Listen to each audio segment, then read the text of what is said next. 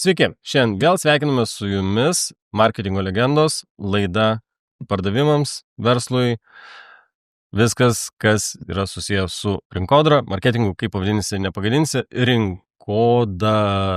rinkotyra dar buvo toks labai geras užvadinimas, kuris man labai patiko.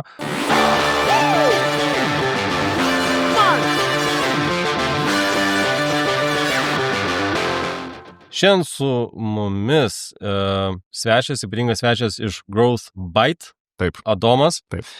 Adomai, tu užsiemi, mes kai turėjom su tam pokalbį, buvo toks labai įdomus dalykas, kaip ir vėl pas mus šitoj laidoj, kaip ir kartojasi SEO, bet vėl ir vėl matau, kad nesvarbu, kad kaip rinkodara yra toks labai įdomus dalykas.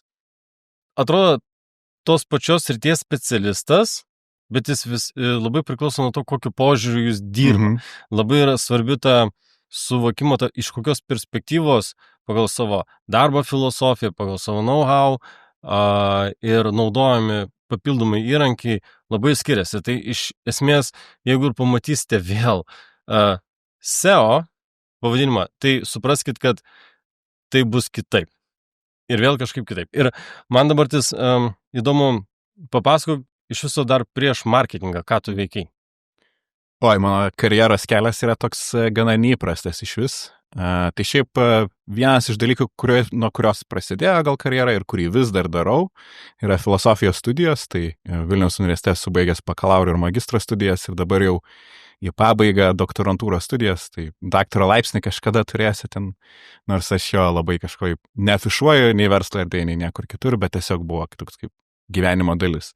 Bet kaip ir visiems studentam, ypač ne Vilniečiam galbūt, kur reikia barake gyventi ir kažkaip užsidirbti pinigų, tai aš nuo antro kurso pradėjau dirbti ir praėjau tokį visai visko košę. Tai pradėjau nuo pardavimų, mes ant tokius online'inius pardavimus vykdėm, dirbau apie 1.5 metų, anglų kalba.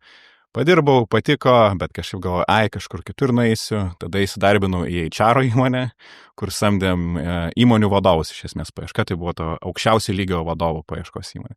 Ten labai ilgai neišdirbau, nepatiko, supratau, kad HR'as galbūt ne man. Ir tada kažkaip išėjau ir galvojau, ką aš čia gyvenime veiksiu. Ir man išėjus iš to darbo vienas draugas, kuris kuravo tokį projektą Pokerio mokykla, kur mokino žmonės žaisti pokerį, sako, mums reikėtų teksto rašytojo, kuris dar gal truputį nusimanyti toj srity, sako, tai aš tau duosiu ką pasiskaityti, čia suvesiu su kai kuriais profesionaliais žaidėjais, pasidiskutuosi, galėsiu užsidirbti pinigų. Tai aš taip ir pradėjau savo rašymo karjerą, tai aš ten padėdavau tą projektą vystyti, bet taip gaunasi, kad kai tave suveda su profesionaliais pokerio žaidėjais ir tu gauni nelimituotą prieigą prie jų žinių, diskusijų ir taip toliau. Tai aš truputį pats pradėjau online žaisti ir gavosi toks 50-50. Dalį uždirbdavau iš online pokerio žaidimo, dalį uždirbdavau iš savo rašymo srities. Taip pragyvenau gal kokius 2 metus, čia magistro kažkur laikotarpis. Ir tada turėjau tokį įdomų nutikimą, tai turiu tokį draugą, kuris, jau taip reikėtų sakyti, kairysis, labai už darbuotojų teisės atstovauja ir taip toliau, šiaip nemėgsta didelių korporacijų ir panašiai. Vieną dieną aš prisijungiu LinkedIną, nežinau, kodėl turėjau LinkedIną, nes pokerio žaidėjai tokio dalyko neturi paprastai. Ir jis parašęs LinkedIn'e skelbimą, kad aš dirbu tokio įmonėje, jinai žiauriai faina, čia viskas labai cool, čia aš jaučiuosi čia labai vertinimas ir taip toliau. Ir galvoju, šitas žmogus, kuris nemėgsta korporacijų ir ten kovoja už visų darbuotojų teisę, sako, kad įmonė yra labai faina. Matyt, turėtų būti kažkas gero tame. Ir kaip tik ieškojo rašytojo. Tai aš suaplikavau tą darbą, tada ten patekau į tą įmonė beje Oxlabs yra, aš turbūt pavadinimus galiu minėti. Ir ten pradirbau kelis metus, vėliau perėjau viešuosius ryšius ir visam tam tarpe susipažinau su savo dabartinė sužadėtinė, kuri SEO specialistė yra. Ir toks gavosi netyčia gera kombinacija, nes iš vienos pusės SEO nemaža dalis yra paruošti gairias tekstų rašytojam, kad jie parašytų pagal tai tekstus.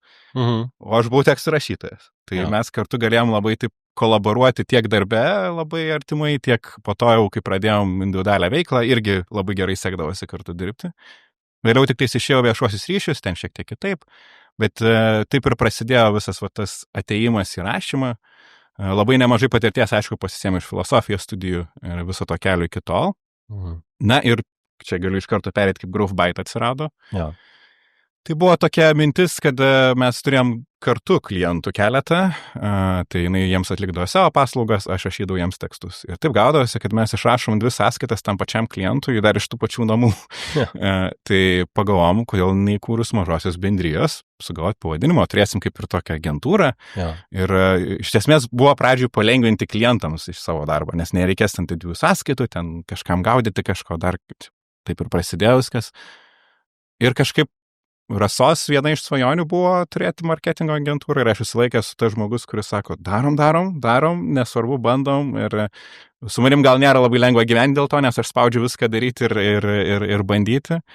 Tai kažkaip taip gavosi, kad jinai sako, gerai, bandom. Jinai išėjo iš darbo, aš sakau, aš lieku darbe, jeigu nepavyks, turėsim bent vieną žmogų, kuris turi pastovės pajamas, surasim to kitą darbą tada ir per tą laiką kažkaip išsigyvensim iš to. Pastatėjai ant tos kortos. Taip, bet diversifikavom riziką kartu, iš esmės. Tai pavyko, po pusės metų aš išėjau iš įmonės ir tai prasidėjo GrowthByte.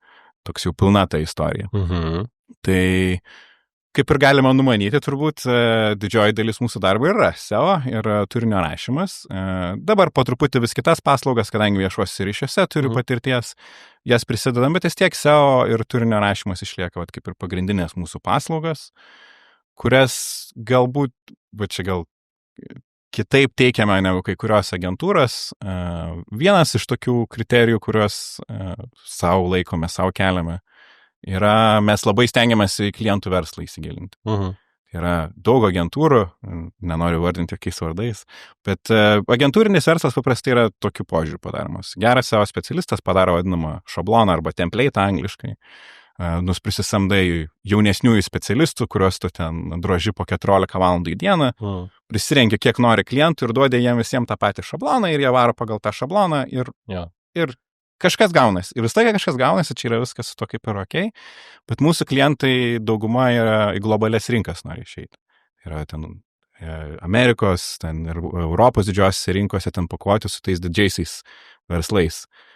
Šablono ten neužteks. Pirmiausia, kovoji prieš daug didesnius pinigus, daug didesnės komandas ir jie jau ten yra daug gero įdirbio padarę. Tai kažkaip reikia šitą pralenkti. Tai mes įsigilinam iki tiek, kad aš turiu e-komercijos klientų, kuriuo aš ir katalogus paskaitau, kokios naujas prekės atsiras, nors tai nėra nei SEO, nei turinio rašymo dalis. Man tiesiog įdomu, aš noriu įsigilinti jų verslą, matyti, kaip tai veikia.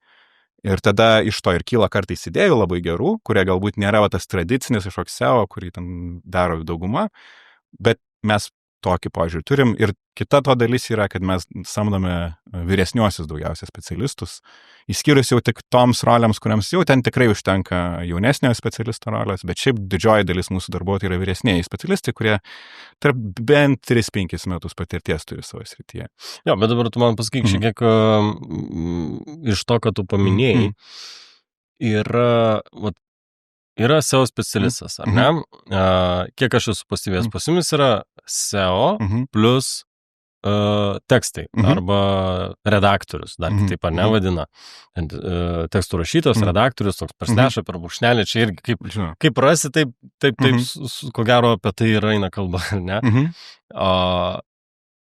Bet, pavyzdžiui, yra kitų SEO specialistų, kurie SEO plus ads buyeris, ar ne? Ir gaunasi, kad tas SEO yra toks, kaip marketingistai šiek tiek visi dviveidžiai yra, bet iš gerosios pusės, bet jie turi, galbūt ne tai, kad dviveidžiai, kas atrodo neigiamai skamba, galbūt visi turi 2 polius. Kažkuris tai yra, sakykime, vedamasis, tai sakykime, yra SEO kaip SEO, bet, pavyzdžiui, pas tave SEO plus tekstai, o kitas SEO plus mediac, ar ne? O kiek gal bendrai galėtum, pavyzdžiui, pasidalinti vis tiek šitoje srityje, kai dirbė ir SEO su SEO, jūs ten vieni kitus daugmaž plius minus pažįstat, ar ne, ypač tie, kurie yra aktyvūs ir sėkmingi. Gali būti ir aktyvūs ir nelabai sėkmingi, aišku, tai jeigu ten yra failų irgi sužinosi, visi nes dažniausiai klientas ateina tada, kada, žiūrėk, turiu problemą, tas nepadarė. Čia mūsų industrijai yra, ir mes kitą kartą sužinom apie kokį nors kolegą ir ten netgi ir pažįstam ir ten kitą kartą gali paskambinti, ką tu ten padarei, nes, ar nesuėjo, tada prasideda ten kokie nors, bet tai yra retais atvejais, bet čia tada, kada ratas apsisuka ir, būna visko, ar ne?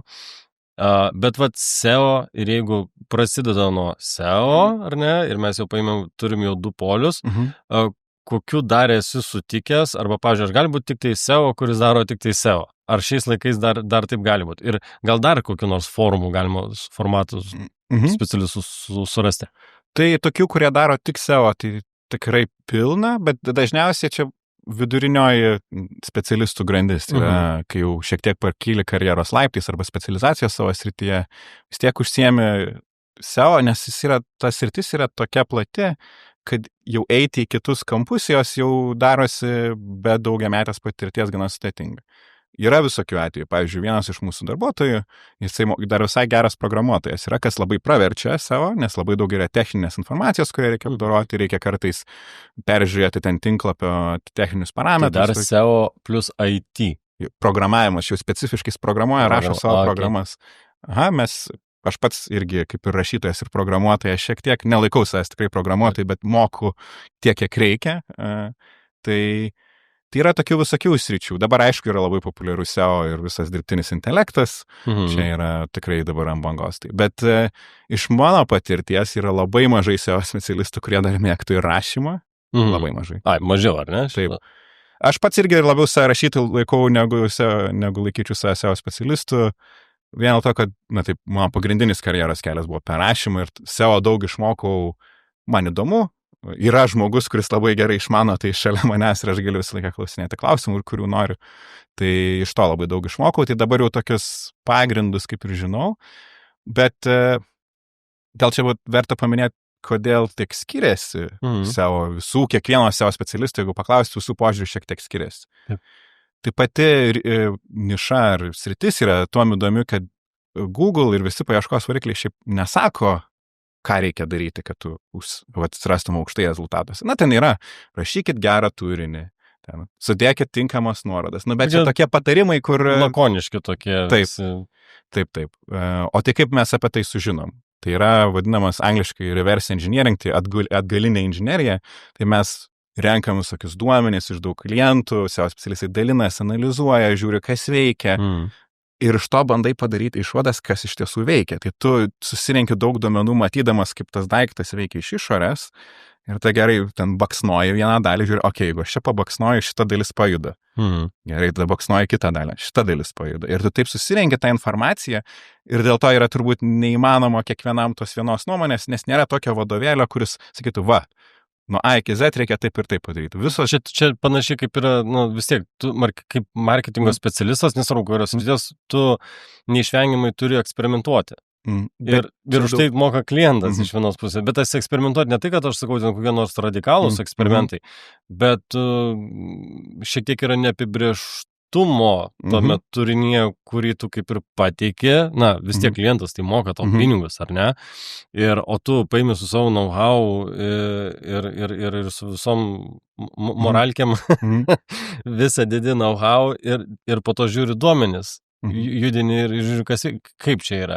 Čia labiau gal SEO yra to ypatingas, kad iš abiejų pusių ne iki galo. Taip, per daug laiko mes žinom jau tas gerasias praktikas, jau yra neblogas tikrai pagrindas sudarytas, kuris iš esmės mažai keičiasi laikui bėgant, bet ten truputį visą laiką viskas juda.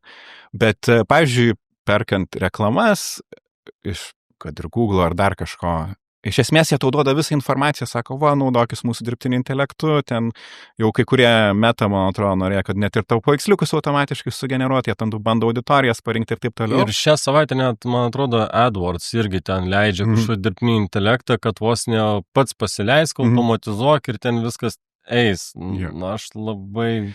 Aš to abejočiau, bet iš esmės, ko tu nežinai kaip sureaguos auditorija. Va čia yra tavo nežinomoji dalis. Ir jie nežino. Ir jie tau siūlo įrankį, kur iš tikrųjų nelabai žinau, kaip suveiks. Jo, bet čia tavo yra nežinau. O kai dirbi su SEO, tavo nežinomoji yra ne tik tu nežinai, kaip vartotojas sureaguos tavo tekstą, tinklapį ir taip toliau, bet tu net nežinai prie tos dalies, ar aš pakankamai gerai padariau, kad tas paieškos variklis jis paimtų tai, nes reikia ir iš jo pusės, ir iš vartotojo pusės. Tai esi per vidurį atsiduri tokių dviejų nežinomųjų.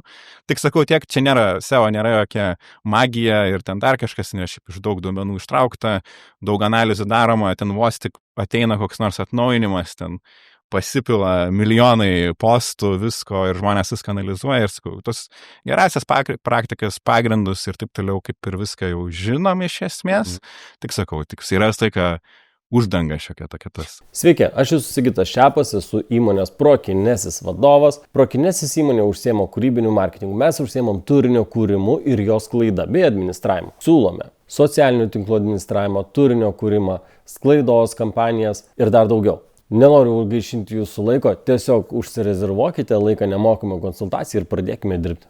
O kiek SEO kito per visą, kiek metų tu tam SEO versle? Oi, aš tik 3, bet SEO kito nuo 2000-ųjų turbūt gana stipriai. Tai ne, bet čia yra svarbus pagrindas, nes iš tikrųjų, kaip čia pasakius, bet kokį tu sportą, tarkim, paimsi, bet kokį tu įgūdį, jeigu tu esi pastatęs savo tam tikrų, kognityvinius įgūdžius, tam tinkamą veiklą, tai viskas labai gražiai veikia, ypač kai filosofija, jeigu skaitai, tai ir apsiskaitęs, ir turi platesnį žinojimą, ir žinai, kas yra logika, nes filosofija ir logika, tai filosofija nėra šiaip burtai kalbos, ar ne, nes mano dėstytojas buvo filosofijos Arūnas Gelūnas. Tai ir aš turėjau, kaip parašiau pasidarbą 25 lapų, neminėsiu čia dabar kokį, bet aš gavau 9 ir labai džiaugiausi tą darbą, nes, gerai pasakysiu, tai buvo darbas, kad buvo tema apie kainų rinką ir mano tekstas buvo pavadinimas pačio darbo, žmogaus nuomonė yra bevertė. Remiantis Dakartu. Aha, čia. Tai, tu žinai apie ką. Tai, bet čia matai, man vis tokia mintis, galvojant apie kas yra marketingo specialistas, aš ir mėgstu ir pafilosofuoti, mamai dažnai padovanodavau dovanų, jinai mėgdavo knygas filosofinės, bet pats Sokrato knygas perskaičiau, nes jai pasirodo ne filosofija, romanė, man filosofija vadinga. Tai ir pafilosofuojant, sakykime, kas yra marketingo specialistas, tada koks turi būti marketingo specialistas, ar ne, ir ką jis tada daro, tas marketingo specialistas, ir galų gale, ką jis atneša, ar ne? Tai čia yra toks, žiauriai įdomus momentas, yra, tarkim, kai verslas jau supranta, kad jam reikia SEO, ar ne, ir labai fainai, kaip pateikė, yra jau 3 dalis, gerai 4, yra grinuolis SEO, yra SEO plus programavimas, SEO plus rašymas, SEO plus adsai, dar ką nors turim nepraleidę? Dirbtinis intelektas, bet aš sakyčiau, kad... Bet ar dirbtinis intelektas, čia jau specializacija SEO iš vienos pusės? Galbūt, dar žiūrėsim, dar sunku labai vertinti dabar, bet aš dabar gal patikslinčiau, kad nors yra tos specializacijos, bet iš esmės vis tiek tai yra, visa tai įeina į gerus SEO pagrindus, tai turi turėti rašymą, negali užsiimti SEO ir nerašyti jokių tekstų. Čia bus labai trumpas darbas, sutvarkysi techninius parametrus, tikėsies, kad programuotojai per laiką neprivels naujų klaidų, ir viskas. Tai kita dalis didžioji dalis yra rašymas ir ten publikavimas tekstų, atgalinių nuorodų rinkimas, tai nėra taip, kad tas toks grynas atskirimas, labiau čia specializacijos žmonių yra, negu kad pats fenomenas yra toks. Jo. Tai bet šiaip laukas kaip rinkodaros SEO yra labai platus ir apima labai daug sričių ir čia Panas Žudienė dažnai sakytų, dėl to labai nemėgsta SEO specialistų, ypač didesnėse įmonėse, nes jie paprastai tiesiog eina ir aiškina visiems, ką reikia daryti ir niekas nenori klausytis, nes eini pas programuotoją, sakyti, reikia šitą klaidą sutvarkyti. Jie ten sako, mes turim savo KPIs, kažkokius tikslus, ketvirtinius neturim laiko. Eini pas rašytojus, čia reikia šitą tekstą sutvarkyti. Eini pas dizainerius, sakai, čia šitą reikia, šitos paveiksliukus reikia sumažinti dydį. Ir tavo pusė darbo yra eiti visiems ir aiškinti. O jis tiek truko ilgai, ten piešia, ten visą kitą stengiasi, aš visą dabar mažink. Jo, ir dėl to turi tokią reputaciją kartais, bet čia labiau juokais. Jeigu geras SEO specialistas, tai tinkamiem verslam tai yra turbūt pagrindinis pajamų šaltinis, tai per daug nesiskundžia žmonės, jau geri rezultatai. Čia gal atminkim, kad kai yra mažas verslas, jam yra sunku pasirinkti komplektą specialistų, nes dažniausiai jis užsakinėja atskirai. Nes, sakykime, taip pas mus dažnai klausia, tarkim, ar jūs daro tą, ar jūs daro tą, ar jūs daro tą, nes mes kūrybinė agentūra, kuri netgi patys kaip ir dar grinamės tą tokį labiau, bet esam labiau už pozicionavimą ir viešinimo komunikaciją. Ar neatsakingi, bet, sakykime, kai yra smulkus verslas, jis dažnai eina vieną per kitą specialistą. Nu, tavęs, pavyzdžiui, dabar paklausė, ten, paėmė savo visą kitą, o gal žinote, kas atsus užsakinė, ar ne, gal pažįstate kokių fotografų, ar negali pradėti paklausti iš jau tų, kur atsakinė. Bet jeigu yra įmonės, sakykime, įmonė, kuri turi savo viduje marketingo, ten, sakykime, marketingo vadovą su asistentu ir jie užsakinė tada paslaugas iš agentūrų kitų, ar ne, tai jie pasiėmė su to, su kuriais susikalba, jeigu yra stiprus vadovas. Jeigu yra mažesnė įmonė, kur, tarkim, būna dažnu atveju pats direktorius yra už tos pardavimus, už marketingą ar ne atsakingas, kuris galbūt gali užsakyti kokį freelancerį marketingistą arba marketingo agentūrą, kurie jau po to dirba su jau susidirbusiais. Na, čia aš pereinu prie to, kad tu galbūt šiek tiek papasakotum, iš vienos pusės jau kaip ir atsakėjai, kodėl toks modelis jūsų verslo, bet jeigu dabar ateina produktas ir sako, aš noriu eiti į tą rinką, tarkim, ar ten Lietuvos, nesvarbu, Vokietija, Prancūzija ir panašiai, ir kaip prioritizuoti, nuo ko pradėti, nuo ką užsakinėti arba kada, nes, pavyzdžiui, teko, čia prieš gal porą metų, su viena marketingo specialistė, kuri yra solo, freelancerė specialistė, jinai, padarom Facebooką, įmetam biškį turinio, užsakom daug reklamų, o SEO paskutiniai vietai. Aš taip pagalvoju, palauk, bet ar planas yra, kada tą SEO daryti? Na, nuo ko, nes kartais, kad pardavimus daryti, dabar nereikia tinklapio. Tarkim, Lietuvos regione neveikia toks kaip YouTube Shops dalykas, bet yra kitur, kur veikia, ar ne? Lygiai taip pat, aš dabar nežinau, LinkedIn lyg tai buvo shopas, ne LinkedIn, atsiprašau, Instagrame, TikTok'e ten vėlgi pagal auditorijas, galbūt tai, ką mes funkcijų nematom čia Lietuvoje, yra kitose šalyse automatiškai ir planas, biudžetos kirstimas skirtingam specialistam yra kitoks. Bet, sakykime taip, nuo ko tu pradėtum, arba patartum verslui, nuo ko pradėti, kaip skirti savo biudžetą, kas step by step, jeigu jis negali imti viso paketo specialistų.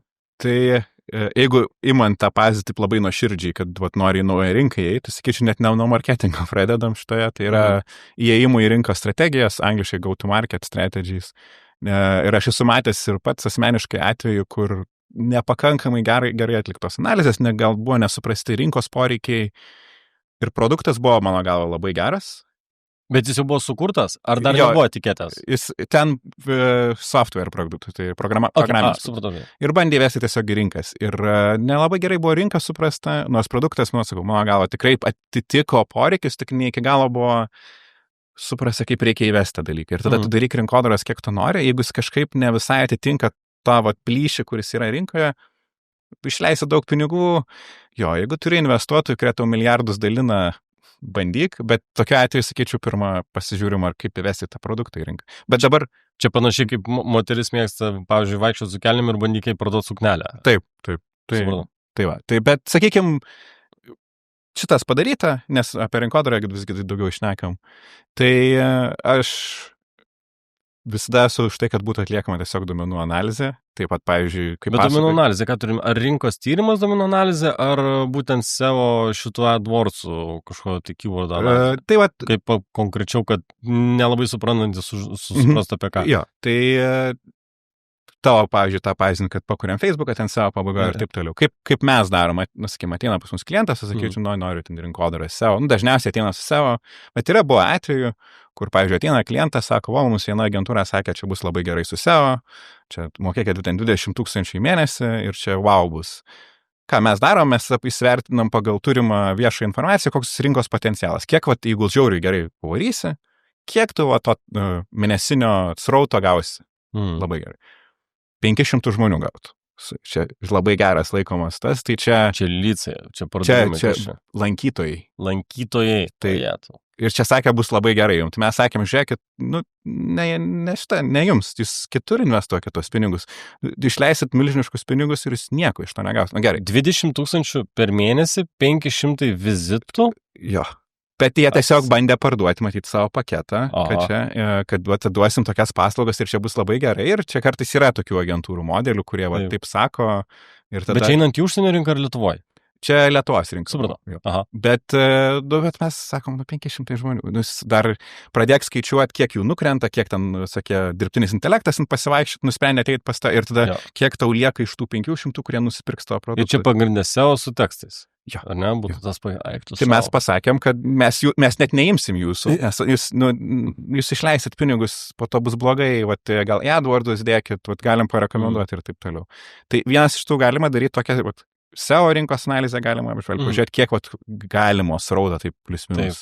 Dažniausiai dar vertinam pagal ten įvairius kriterijus, bet tai taip gauni tokią apžvalgą. Bet gerai, sakykime, neturi patikimos net agentūros ir vis tiek nori kažkokią rinkodarą užsiimti. Tu nesusidūrės, nes žmogus dažniausiai kai jis nežino, nesusidūrė su problema, jis net nežino, ko klausti, jis bando tai, ką jis supranta. Bet dėl to čia yra ir šita laida, kad šiek tiek atvesti į suvokimą bendrame. Bet... Tai aš turiu tokią, angliškai rule of thumb, nykščio taisyklę. Jinai nėra visiškai teisinga, bet jinai geras yra toks gairė pirminė. Reikia galvoti apie tai, kokio didumo yra tavo kam tu parduodi. Tai gali būti individualus žmonės, gali būti mažos nedidelės įmonės, plus individualus žmonės, tai gali būti ten vidutinė dydžio įmonės, labai didelės įmonės ir ten masyvios korporacijos. Tai kaip pavyzdį galiu pasakyti, kur mes esam turėję tokį vieną klientą, kurio paskaičiavus, kas gali pirkti jo produktą, yra apie 10 klientų pasaulyje, per visą pasaulį. Tai tokiu atveju... Atkask juos dabar. Atkasti labai lengva prie jų prisikasti. Kitų žmonių, kurie priima sprendimus pirkimui. Taip. Bet tokiu atveju taip. SEO pasidarai iš principo tam, kad tu turėtum srautą matytumės internete, bet iš to nesitikė milžiniškų pardavimų ar ten dar kažko. Tavo tikslas turbūt būtų pasidaryti gerą puslapį, gerą brandingą ir tada važiuoti į vadinamus trade shows, kur dalyvauja tavo klientai ir sakyti labą dieną, aš esu toks ir ten sveikintis ir tada per 100 žmonių eiti iki ten to direktoriaus, kuris pagaliau galės iš tavęs nupirkti tavo produktą. Tai kuo didesnis tavo darinys, tuo tas marketingas iš esmės slopsta. Bet, pavyzdžiui, priešingai, jeigu tu parduodi paprastam kasdieniam žmogui, galima, vėlgi, aš kadangi prie programinės įrangos daugiausiai dirba, yra VPN-ų rinka, NordVPN yra toks žinomas produktas Lietuvoje. Iš esmės jie gali pirkti bet kas, bet koks žmogus. Jiems SEO tobulą. Adsai irgi veikia, aišku, ten labai konkurencinga ta niša, bet veikia, nes tinklas, kurį tu užmeti potencialiam klientam, yra labai platus ir labai daug žmonių iš tiesų, ką jie daro, jie googlina tiesiog paslaugas, ieško produktų. Jeigu tu turi vidutinį verslą, taip, vidutinė dydžio verslas vis tiek tai atlieka, bet jau truputį mažėja. Ten gal, pavyzdžiui, tau gal jau su vidutiniais verslais yra sunkiau susikalbėti per visokius TikTokus, Instagramus, nes jie paprastai oficialesnius kanalus mėgsta. Jeigu jau didelis verslas, vėlgi SEO veikia, bet jau turbūt prisitraukti ten, nežinau, IBM per TikToką, klausimas, kaip tau šitas pasiseks. Tai aš galvočiau apie savo rinkodaros kanalus per tą potencialaus pirkėjo dydį. Tai QORA visokiausia, ar ne? Taigi daug, taigi tos apžvalgos, kur yra, kas ten dar, kokia ten tokia kaip QORA, man dabar užkrito. Redditas yra. Redditas, galų gale, tokie, kur ir žaidimas, Septekas, ir ten, žodžiu, yra ten tų kanalų faktas, bet sakykime, jeigu jūs turite vaikų arba patys domitės baltų mitologiją, šie 2 leidiniai yra puikia dovana savo arba savo draugų vaikams, arba savo draugams, kurie domisi šiek tiek kartais mistiniais dalykais arba senais įsitikėjimais. Bet kuriuo atveju apie baltų mitologiją sklanda daug legendų, mitų, daug istorijos yra parašyta. Bet mes neužsiėmame istoriją, mes užsiėmame kūrybą ir mes išleidome šios leidinius. Tai yra komiksas Geroji laumė. Tai yra komiksas, kuris nupieštas tokiu formatu, kaip šiais laikais vaikai mėgsta skaityti komiksus. Taip kad yra labai naudinga, kad vaikam pakeisti iš tų standartinių komiksų į būtent lietuviškas pasakas, kurios visos yra apie moralus. Taip kad jeigu norite, kad vaikai augtų dori, tai tokios pasakos yra tikrai naudinga. Kitas leidinys yra senosios žinias pamokos. Tai yra būtent tiem, kurie nori turėti gilesnį ryšį su gamta, tie, kurie apie sąmoningumą. Ir tai yra mūsų protėvių tikėjimo pradžiamokslio knyga.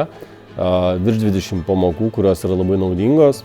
Knyga nėra labai didelė, nepilnai 200 puslapių. Ir joje yra parašytos pagrindinės pamokos, kurios yra reikalingos, jeigu domitės senaisiais tikėjimais. Į svetainę atvesti klientą ir kad jis nupirktų, visų pirma reikia, kaip aš sakau, sukurti tą legendą. Čia panašiai jūsų agentūra tai kaip ir daro. Bet tai rinkos analizė jūs darot, ar tada turi būti kažkuo specializuoti ten specialistai ar agentūros kitos įmonės? Mes darom, mes pilnai turim, sakiau, kadangi turim, aš ir dar duomenų analizės kursus esu praėjęs, tai turim ir duomenų analitikų dirbančių. Ir tai jau šitas jau in-house. Jo, viskas padaroma in-house. Ir duomenis surenkam ir paskaičiuojam. Jau ten tiek kartų darė, kad ten pusė automatizuota turbūt yra, arba jau, kaip sakau, abie akis užmerkęs darai visą tą dalyką, nes tas procesas iš esmės daugelį klientų yra identiškas, nes yra tik paruošiamasis darbas. Jo. Mes tik tai, kad pasižiūrim, kas suveiks. Bet aš šiaip gal, kad būtų truputį aštriau, šiaip nestikčiau dėl to, kad tą legendą sukurti reikia, aš esu kaip tik labai pagrindo žmogus. Jo, tos kreatyvios reklamos, brandingas, kas yra labai faina, gražu, man patinka. Turi pasirūpinti įvaizdžiu, sakai, ar ne, pirmą? Ne, vėliausiai. Supratau. Jeigu tu pradedi verslą, nori, tavo pirmas tikslas, jeigu taip žiūrint visiškai tą vadinamą duoną ir lašiniais verslą, tavo tikslas yra uždirbti pinigus. Taip. Yra išimčių, kai tu gauni investuotojų daug pinigų ir ten gali jie išvaistytis, bet dauguma Lietuvoje verslų turbūt. Bet sako, kad SEO veikia vėliau, o adsai tai veikia iš karto. O verslas dažniausiai tik įdėjo pinigus, nori atsimti juos. Tai vėliau yra 3-6 mėnesiai dažniausiai pradeda kažkas jau veikti. Tai tas, jo. Aš irgi žinau, lygiai tą patį turiu skaičių. 3-6, beveik ant bet ko, iš tikrųjų, tame analitikos susirenka. Jo. Tai pradedi ne nuo to, kas yra gražu, faina ir taip, o tai, kas yra dažniausiai nuobodu, pasirašyti visus turinio vienetus, ten tos savo pardavimo puslapius, kuriame yra optimizuoti savo, pasirašyti blogą, kuriame taip, galbūt tas temos yra milijono kartų aptarę ir tavo atrodo čia žiauriai akivaizdu viskas ir čia niekas neskaitys ir niekam neįdomu. Bet visus tos pagrindus pirmiausia susidedi, kurie tau ir sugeneruojas didžiąją dalį tavo ir srauto ir pajamų. Ir tada, kai jau nori tose didžiosiose rinkose varžytis, arba jau tiesiog jau matai, kad atsimuši į labai stiprias prekių ženklus, tada jau reikia ieškoti visokių kietų būdų, kaip to vardą išnešti. Ir, pavyzdžiui, viena iš mūsų strategijų, ką mes darom, tiksliau, pradėjom daryti, esam turėję sėkmės pavyzdžių, tai yra su duomenų analitiku surenkam kokius nors įdomius duomenis, parašom tokią išsame duomenų analizę tos srities, pas to kliento vardu, kadangi arba jo įrankiais naudojamės, arba dar kažko, ir tada einam ir siūlom užsienio žurnalistam, kad va, žiūrėkit, čia turim tokį dalyką, ir mums iš esmės ko reikia, kad jūs jį išpublikuotumėt, ir ten metodologijai, kur nors jau yra įdėtas tas klientas ir taip toliau. Ir tikslas tada jau yra pasiekti ten tą didžiąją žiniasklaidą, pasaulinės rinkas ir taip toliau. Tai čia yra faina, gražu, tas galima, kaip Jaguaras tas savo creative reklamos buvo leido, čia galima kaip jau tokį lygį, mano galva, čia mano tokia nuomonė. Čia panašiai, aš taip lyginu, kaip pavyzdžiui Tetris. Kol yra pirmi leveliai, viskas atrodo lėtai, visur spėsiu, viskas galiu ir šiek tiek suklys, paliks skilių. Bet po to, kai viskas greitėja, kai tau reikia, kad tai aš lyginu, įdėjai pinigus ir kapsi laikas, kada turi grįžti tie pinigai, ar ne? Tada jau sudėtingiau ir reikia tada jau tas skilės, kurių nepasidarai prieš tai namų darbus, po to jos tau šiek tiek gali daugiau kainuoti, nes, tu galvoji, kad galbūt taip eis, bet čia turi būti iš tikrųjų bendras suvokimas pakankamai tvirtas ir žinomas, nes, bet prieš tai, kokios sritis, pavyzdžiui, kur nenorėtum apsiimti? Šiaip kurį laiką nemėgau e-komercijos rinkas, bet dabar ir turiu klientų fainų toj srity ir kodėl nemėgau tos srities asmeniškai e-komercijos. Viena tai dėl to, kad ten yra be galo daug produktų, ypač jeigu dirbi, įsivaizduokim ten Barborą kokią. Taip. Tai ten tų produktų turbūt yra geras gabalas ir kažkoks žmogus sėdi ir kiekvienam produktui rašo aprašymą. Ir tų produktų kas mėnesį visai daug ten atsiranda. Ir tas žmogus vis dar kiekvieną mėnesį rašo. Ir yra toks kaip ir tikėjimas, kad ten labai gražiai viską parašysi, Bet koks nuobodulys yra sėdėti ir va ten 5 batoną prašinėti jau. Bet gal yra dirbtinio intelekto automatizavimo? Yra, gali šiek tiek tai naudoti ir dabar tai labai pagelbė, bet anksčiau, dabar, anksčiau nebuvo. Anksčiau žmogus sėdėjo ir rašė ir tada yra batonų kategorijas. Tada reikia visai kategoriją aprašymą parašyti. Ir iš tavęs vis tiek yra tikimasi, kad tu čia įdėsi visą savo širdį ir ten labai gražiai viską padarysi. Bet tikrai, kiek žmogus gali nuo širdaus intereso turėti, ypač tokiuose plačiuose e-komercijos verslos. Jeigu užsijima kokią nors, nežinau, riedlentėm, tu gali surasti žmogų, kuris žiūri fainą riedlentės. Kita galiu duoti pavyzdį - kompiuterinė technika. Aš ką pastebėjau, kai rinkausi kompiuterinę techniką ir nueini į žinomus brandus, bet aš juos tiesiog jau žinau. Aš matau, kad ten aprašymas absoliučiai nesistengta kai kuriuos. Kai kur tikrai gerai surašyta, bet jeigu tai paimsiu top 5, ir taip sudėsiu, pavyzdžiui, vieną vaizdo plokštę arba ten kokią operatyvią atmintis, kokią nors komponentą, tai tu matysi, kad produkto aprašymų kaip skiriasi. Ir taip. Kodėl, atrodo, ar tiesiog jie turi žinomumo srautą, gal remarketingą, retargetingą daugiau naudoja, bet į produkto aprašymą kai kuriuose tai labai liūdesys. Aš manau, kad jie padarė pagal minimalius SEO reklamus, jeigu darė pagal SEO reklamus. Ir sakau, reikia įsivaizduoti, aš bent jau taip savo galvoju įsivaizduoju, kad ten yra žmogus, kuris 3 metus kompiuterio komponentam ir rašinėja tos darbus, plus gal turi kitos veiklos kažkokios. Yeah. Aš manau, atsibosta žmogui ir jis gal jau tą 1500 tekstą, kai rašo apie kompiuterio komponentą, jau taip. Tikėtis, kad jis tą pačią aistrą turės, kaip atėjęs ką tik į darbą, yra tiesiog. Čia va didysis pliusas turbūt dirbtinio intelekto, kad didžiąją dalimis gali tokius mažus tekstus gana neblogai parašyti ir kiek matom, Google'as bent jau nebauduoja labai už tai. Tai čia aš manau išsigelbėjimas daug kam yra. Tai va, e-komercija gal nebuvo tas, bet šiaip, imam turbūt visokiausius verslus ir su logistika esam dirbę, ir, kaip sakau, su e-komercija, ir su įvairiais tokiais paslaugų sektoriais. Yra vis tiek susitarimai, tai per daug nenoriu paminėti, kad nebūtų identifikuoti. Nereikalavom. Taip, bet mūsų pagrindinis profilis yra software as a service arba programinė įranga šiandien pardavimui, kadangi patys atėjome iš tos srities. Kažkaip yra tokia bent jau nuojauta mūsų patirtis, kad tuose srityse verslai supranta, kad daug į rinkodarą reikia įdėti pinigų, ypač jeigu nori į Amerikos rinkas išeiti ir taip toliau, tai jie kažkaip gal suprantamiau žiūri. Ir trečias gal dalykas, mažai yra šitos srities verslų, kurie visai neužsimtų SEO, tai reiškia, pas tave klientas ateina jau su tam tikra nuovoka, nereikia nuo visų pagrindų jam aiškinti. Tai tada lengvesnis iš karto darbas ir jie supranta to vertę, jie supranta, ką reikia daryti ir tada gali ir įvertinti ir tavo kompetencijas, kas šiaip irgi yra labai svarbu. Ir čia yra toks klausimas, kurį man kartais kyla galvoju, bet nesugalvoju, kaip žmonėm jį atsakyti. Tai yra, ką daryti, kaip sakė, gal toks yra direktorius, kuris ten 2 darbuotojus turi, nori užsimti rinkodarą ir sako, reikia SEO. Kaip jam įvertinti, kas yra geras SEO specialistas, nes vis tiek samdys kažkokį žmogų. Taip, anksčiau ir vėliau. Taip, ir kaip sakėm, rezultatai 3-6 mėnesiai. Ir čia yra labai liūdna, bet šita rinka yra labai tokia patogi tiems, kurie mėgsta ten kažką ne taip padaryti, patingėti, nes tu visai gali sakyti, dar 3 mėnesiai jau tikrai bus rezultatai. Dar 3 mėnesiai tikrai bus rezultatai. Va čia to labiausiai, ko yra verslas ir bijo, nes, sakykime, čia yra tas momentas, kad, Čia pasitikėjimas marketingo specialistų turi būti ir iš to, ką jis, ko pats gyvena, ko pats kaipuoja. Ar, pavyzdžiui, tu galvotum, kad, jeigu taip konkretizuojant klausimą mano, nes kokius 3-5 turiu į priekį klausimus, ar tas specialistas marketingo turi būtinai sirgti to verslo, kuriam reikia tos kokybiškos paslaugos, ta liga. Čia kaip pavyzdys. Tu IT, ar ne, tai tavo IT produktai. Galbūt kitas marketingo specialistas, netgi neapsibrėžiant SEO, tarkim, serga sportu, tai jam sporto marketingas bus geriau.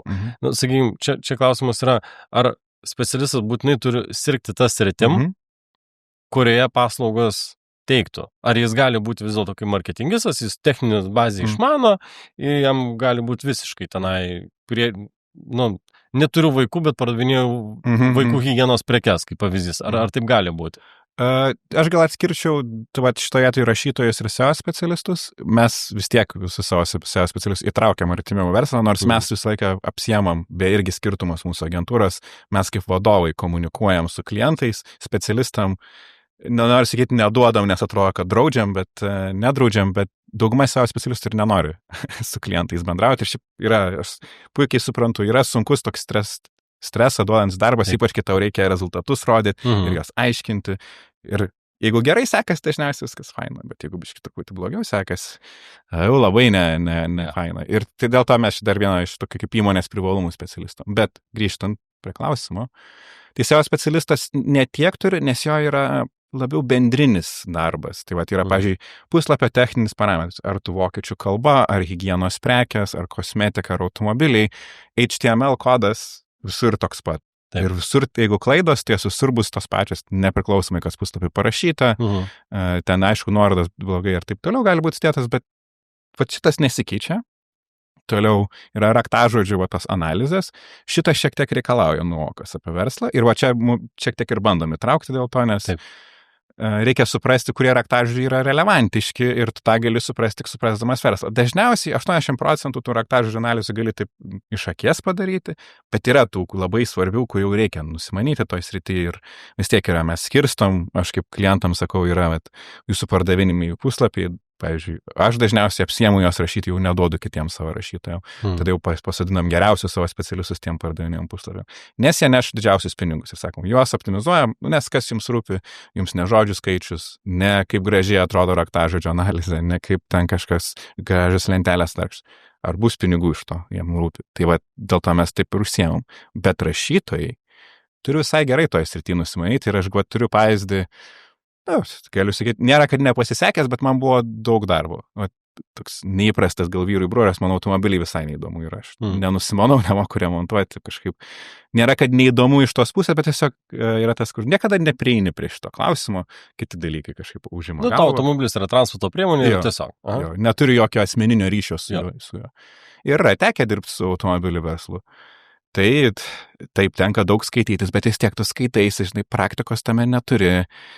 Kažkaip vis tiek ne iki galo, tas viskas tau aišku, tu nežinai, ką čia dabar reikės daryti. Tai negali visą laiką savo teksto tikslumo labai gerai vertinti.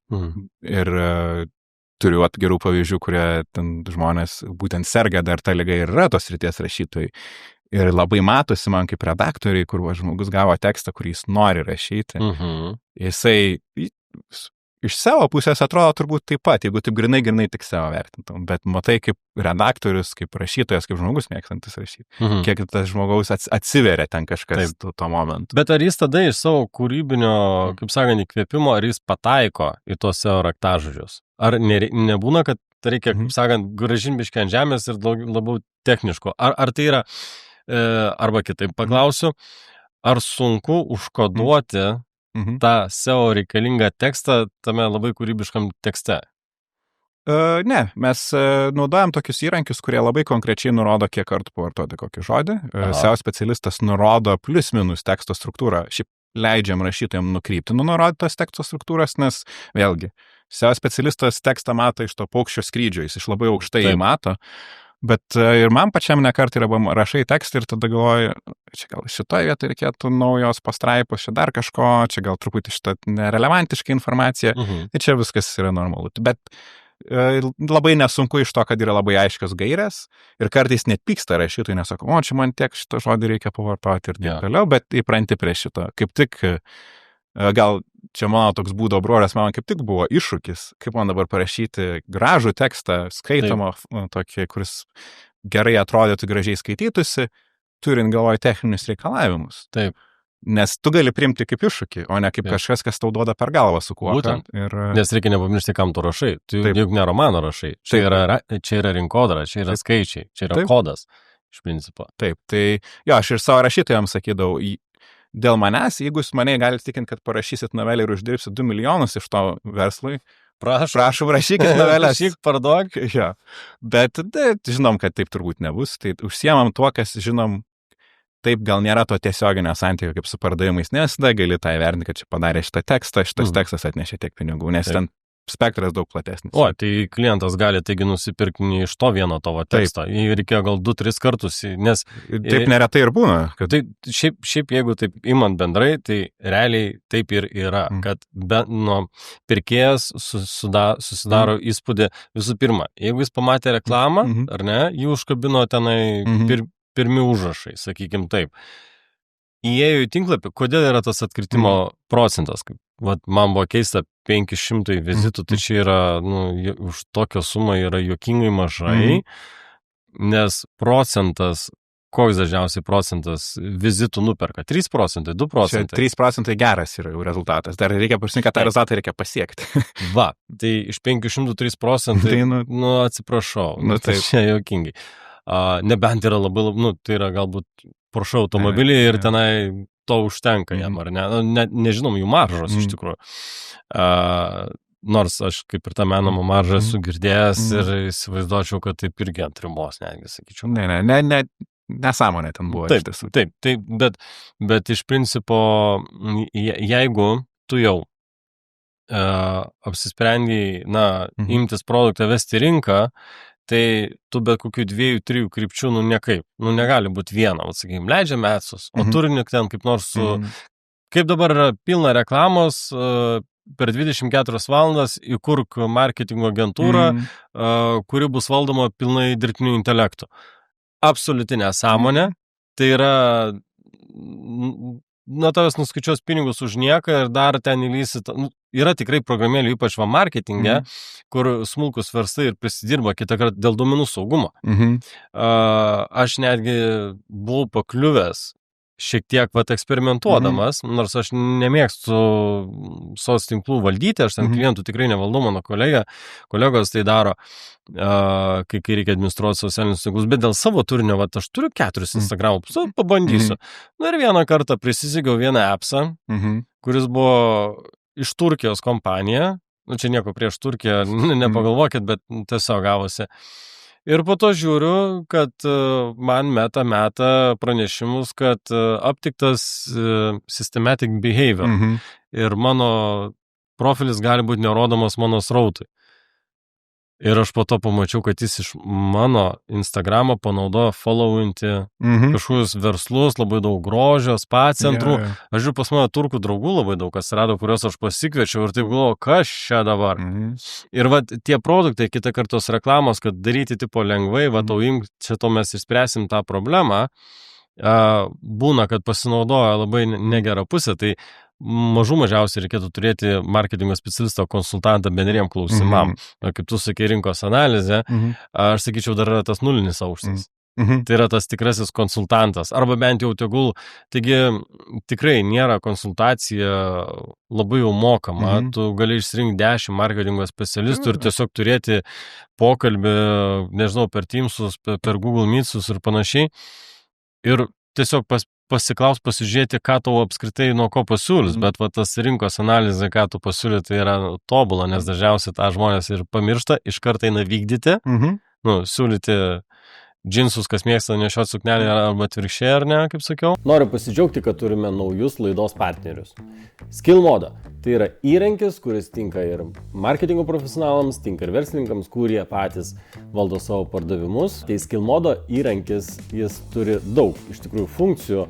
Viena iš man labiausiai patikusių tai Social Planneris, kur gali prijungti visus soc tinklus ir vienu paspaudimu ištransliuoti savo norimą žinutę į visus socialinius tinklus. Taip pat yra dirbtinio intelekto turinio generavimo patarimų. Ir analitikos įrankių yra daug įrankių visokių, bet jums daugiau papasakos lietuvių komanda, kuri dirba prie Skillmodo produkto. Bet ką aš čia daug kalbu. Yra galimybė savaitę pasinaudoti produktų nemokamai. Netrukite daug laiko, tiesiog spauskite šią nuorodą ir griebkite šį produktą naudoti nuo šiandien. Bet kitas dar dalykas, apie ką aš galvojau, kad tos komandos kitą kartą irgi tarpusavy turi susidirbti, nes galbūt ar tai būtų direktorius, ar tai būtų marketingo skyriaus vadovas, jis susikalba ten, tarkim, ads buyeriais, media buyeriais, kaip ten pavadinsi, taip, SEO, ten soc tinklų administratoriai, ar ne, ir dar reikia užsakyti galbūt video foto komandą, jeigu ten dar kuria, bet jie dar tarpusavy turi susikalbėti, ar ne? Kiek būna, tarkim, ar dažnai pas tave pasitaiko tokiu atveju, kai tave įmeta į tokį hibridinio komandą ir sakai, va dabar jūs ten pasitarkit? Mūsų gal būdas dirbti su klientai šiek tiek kitokis. Tai, ką mes labai kaip ir artimai dirbam, tai tokių, kad taip atsitiktinai vieną dieną atsikeli ir tau, ten nežinau, Teams'ų Slack'o kanale atsidūrė ir nežinai, kaip ten atsidūrė. Yeah. Yra buvo tokių atvejų, bet jau gana mažai yra, nes mes visą laiką komunikuojam įvairiais klausimais, patarimus, sakau, duodam ir, kaip sakom, ne iš savo paslaugų srities, nebūtina kiekvieną kartą tik SEO daryti, mes neapsibrėžiam.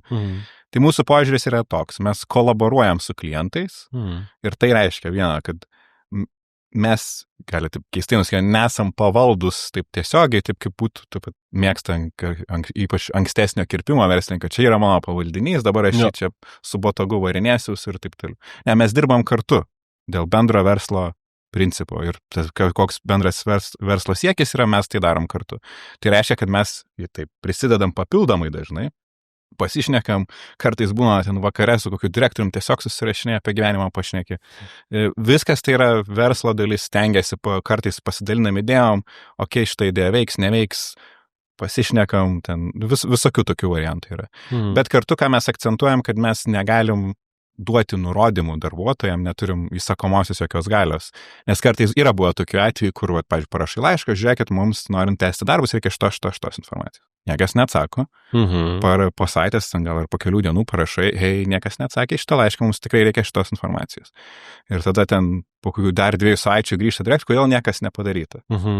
O mes prašėm informacijos, pakartojom, bet mes įsakymų negalim duoti. Mes nesam vadovai jūsų, nei darbuotojų, nei kitų vadovų, nieko. Tai čia yra vienas iš kolaboracijos principų. Mes norim dirbti kartu, dirbam kartu dėl bendro tikslo ir mes galim laisvai ir dalyvauti ir tuose ketvirtinėse susitikimuose ir visur kitur ir kalbėti apie verslo tikslus, galimybės aukti, naujas rinkas. Ar jums tai svarbu? Ar būtinai visus reikia į tą įtraukti, kaip pavyzdys? Mums, kaip co-founderiams dviems, tai mes įsitraukėm šitaip. Dėl to mūsų tas verslo gal pobūdis yra toks, kad mes neimam labai daug klientų, nes neapimtum tiesiog, neįsigilintum tiek į verslus. Bet mums asmeniškai tai yra svarbu. Ir taip gal būtų kritikuotina iš tokio tradicinio verslo požiūrio, kad taip čia galima daugiau pinigų uždirbti, o taip neįsitraukiant į tą dalyką ir čia tiesiog susirenkant pinigus ir išeinant. Bet mes truputį kitaip gal verslą žiūrim. Aš kažkada su vienu kolega verslininku šnekėjau. Sakiau, aš gyvenime skiriu yra žmonės, kurie nori uždirbti pinigų ir yra žmonės, kurie nori sukurti verslą. Ir labai jaučiasi, kuris žmogus yra kuris. Tas, kuris nori uždirbti pinigų, tai va gali nueiti klientui, pasiūlyti už 20 000 iš esmės nieką, susirinksis tos pinigus, kontraktą pasirašys taip, kad didelių baudų negautų.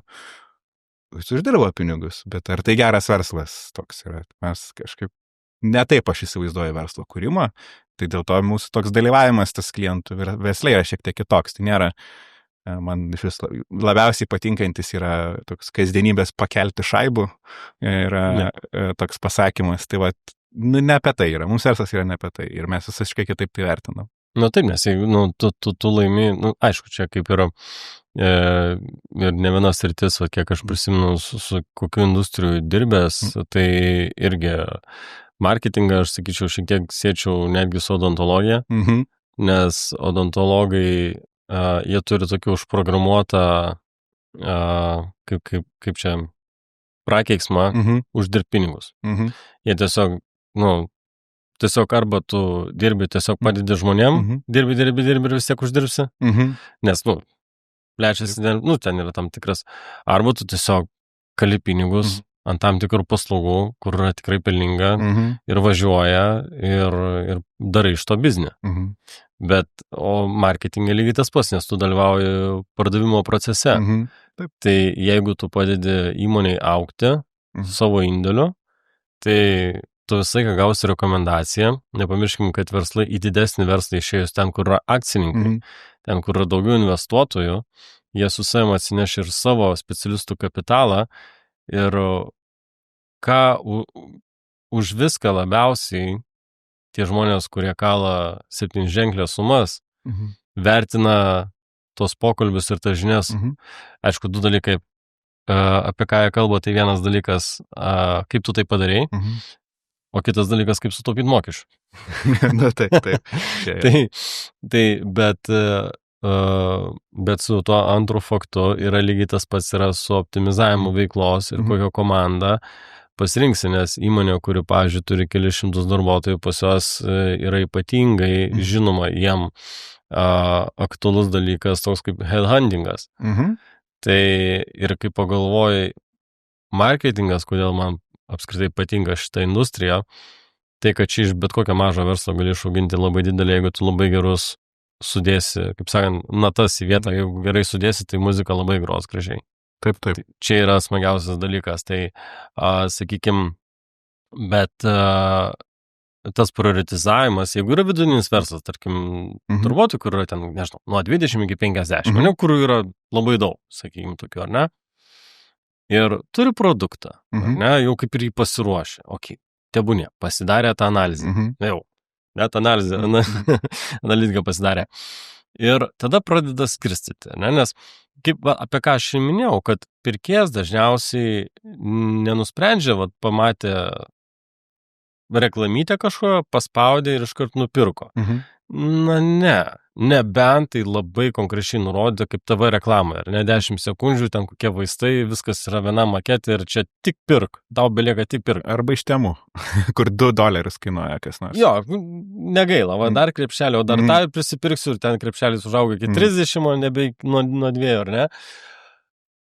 O po to galų galia pamiršo, ką nusipirko, žiūri kaip surprizas dovanų. Bet čia iš tikrųjų, iš neuromarketingo pusės, jeigu taip žiūrint, čia labai protinga sistema, sugalvota, nes tu visą laiką su emocija sutiksi ir tau visą laiką bus, kaip sakant, teigiama ta emocija, ne? Bet, tarkim, kas man buvo labai įdomu ir aš ką paminėjau dabar žodį, tas neuromarketingas, ar ne? Ar yra kokiu nors tų metodų iš neuromarketingo pusės, nes tai yra tekstas vis dėlto. Ir čia buvo mano smagesnio, pasilikau į labiau į antrą pusę apie tai, ar yra kokiu nors metodų, kurių, tarkim, dabar kaip dirbtinis intelektas, tai dabar jau atrodo metodas. Dabar jau viską tai galiu sieti, tai yra reikalinga, tai veikia tikrai, bet ar tikrai viskas taip, kaip bus? Bet, pavyzdžiui, neuromarketingas yra dalis marketingo, bet ne visi išmano, ne visi moka, naudojasi arba yra linkę. Yra tokių, kurie prieštarauja ir sako, man to nereikia. Bet tu užsiemi tekstais. Ir filosofijos backgroundas. Tai kiek pas tave yra tos, galbūt kažkokiu, tai aš nesakau, kad tai yra neuromarketingas, kažkokiu tai hipnozės metodas ir panašiai, kaip, sakykime, ten 25-6 kadras, čia kaip pavyzdys. Bet galbūt yra tam tikrų dalykų metodų, kurius iš tikrųjų kaip sėkmės receptą panaudoju pas save arba kokių metodų, kuris veikia. Ne, aš visai kitaip į tekstą žiūriu, jeigu kalbėti apie tekstų rašymą. Mano turbūt pirminis tikslas yra visa buvo, kad žmonės išmoktų, kurie dirba su manim, gerai rašyti. Ir tai šiaip yra labai sunkus darbas. Rašymas yra viena vertus tokia labai įdomis rytis. Jinai praktiškai nieko nepasikeitė per paskutinį 20 metų. Kas atsirado Wordas, atsirado dabar ChatGPT. Bet ir teksto taisymo. Ir turbūt rašymas daugmaž tas pats nuo amžių pradžios. Bet kažkaip žmonės moka atpažinti, kas yra geras tekstas, intuityviai tai supranta. Tai bet tą informaciją perduoti yra be galo sudėtinga. Galiu perskaityti krūvas vadovėlių, aš galiu žmogaus sintaksės, gramatikos, skyrybos, visų tų dalykų išmokinti ir jis nebus geras rašytojas. Taip. Tai čia yra vienas iš tokių dalykų, kad pirmiausia, kažkaip tapti gerų rašytojų, tai reiškia sėdėti prie žmogaus, čia be rekomendacija rašytojams, auditorijai, susirasti žmogų, kurį jūs pasitikit, moka gerai rašyti ir tada duoti jam savo tekstus. Ir to kuo žiauresnių būti jūsų tekstai, visus komentarus aiškinti ir taip toliau, kodėl blogai, ką čia padarėjai, čia taip toliau ir tada su laiku išmokti tai daryti. Gal kaip įkvėpimą reikia pažiūrėti Dead Poets Society dar filmo. Jo, gal. Bet aš turiu įvairių stiprių nuomonių tam tikrais, būtent ir iš filosofijos, iš kitų sričių, kaip rašyti tekstą, kad jisai būtų skaitomas, geras. Aš turiu tokį požiūrį, kad iš esmės tekstas yra tam tikra prasme apgavystė, nes jeigu skaitytojas supranta, kad jisai skaito, tada jau viskas, tada jau nebeįdomu jam pasidaro. Yra turbūt buvęs toks atvejis, kad tu šiaip, pavyzdžiui, skaitai kažką žiauriai įdomu, ir tada kažkaip ateina į galvą mintis, kad aš čia skaitau. Ir tas staiga viskas griūva. Čia kaip ir su muzika. Gera muzika yra ta, kurios tu negirdė. Taip, tai su daug ko, kompiuterinių žaidimus, kas yra žaidę. Vienu momentu būna tas jausmas, ką aš čia veikiu, kodėl aš tai darau. Ir kai tik šitas momentas ateina, viskas griūva. Tai geras rašymas turi būti toks, kad tu niekada nejauti, kad skaitai.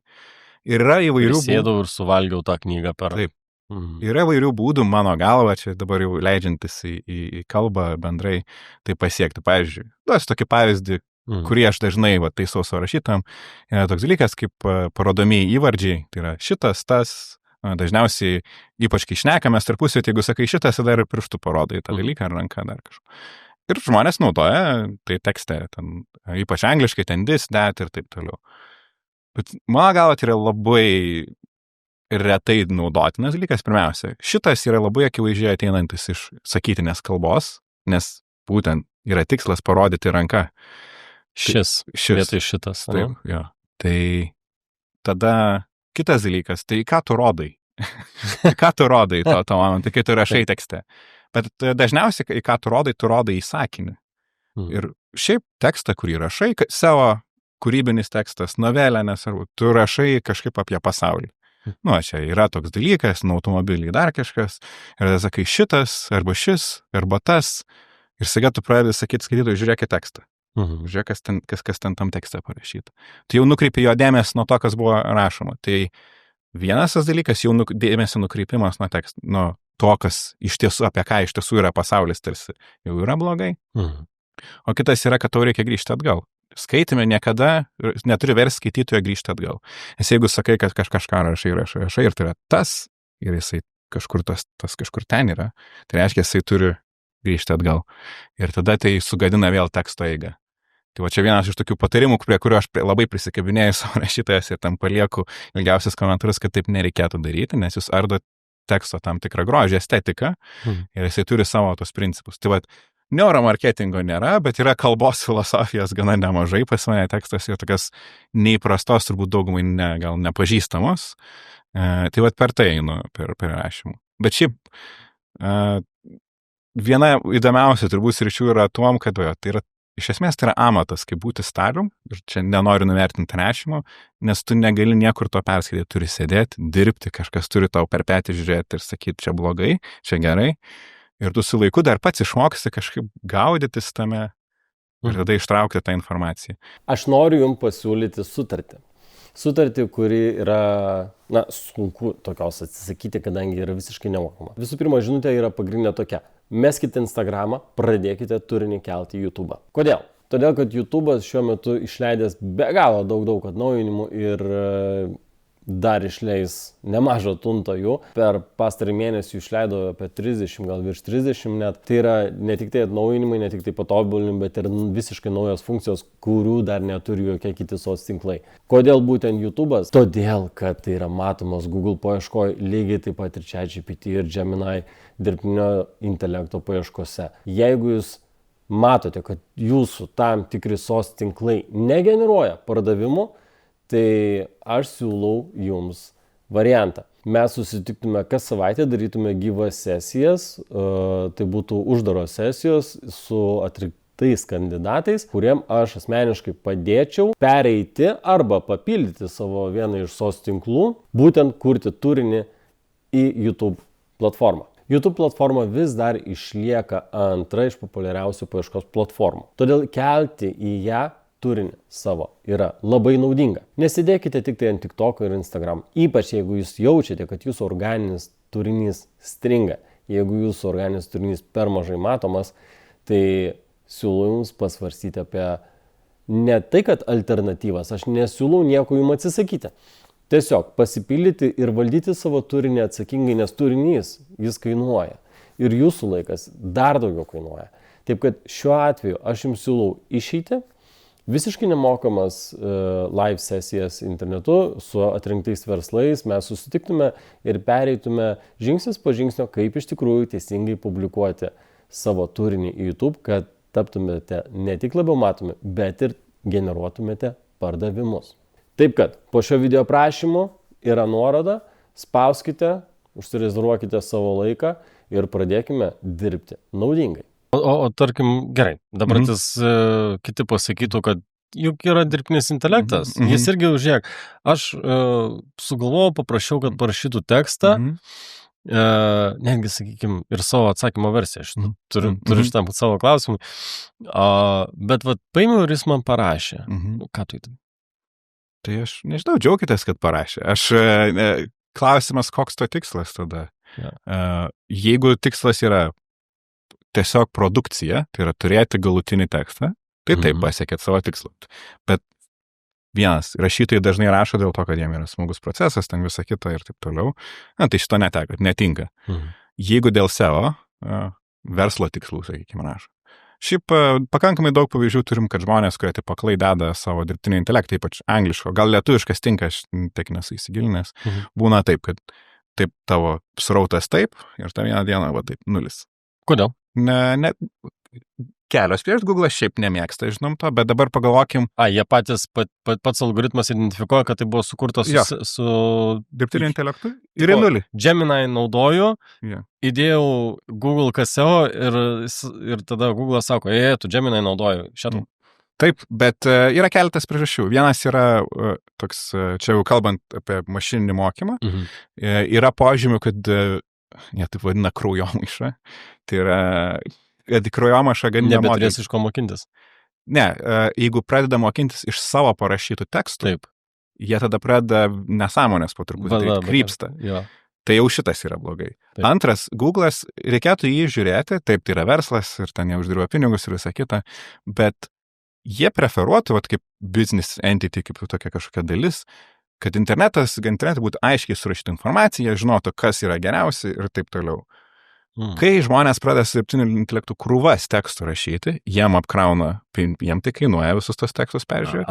Tie tekstai yra dažniausiai prastos kokybės ir tada jiems reikia dar kažkaip suvertinti dabar tų naujų tekstų, čia geri, blogi ir taip toliau, reikia naujų dalykų išrasti. Jiems netinka, jiems yra blogai, kad internete atsiranda labai daug dirbtinio intelekto. Jie nebeturi iš ko mokintis. Ir mokintis, ir jiem gadina jų verslo modelį, iš esmės, kurio toks idealistinis tipas yra atrinkti geriausius rezultatus. Ir jeigu tu turi, 10 rezultatų, iš kurių gali tau reikia sureitinguoti, visai įmanom. Jeigu turi 100 milijonų, Google'as dar sugeba tai padaryti, bet jeigu jų daugėja 100 milijonų kiekvieną sekundę ir tau reikia tai išsirinkti, jiem pinigus tai kainuoja ir jie šito nenori. Ir jeigu jie pamato kas nors, kas taip labai jau agresyviai tai daro, jie sako, nebeverčiai šitie tekstai.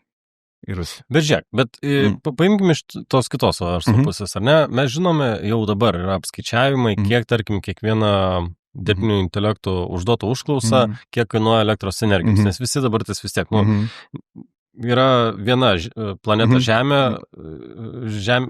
planetos Žemės B nėra.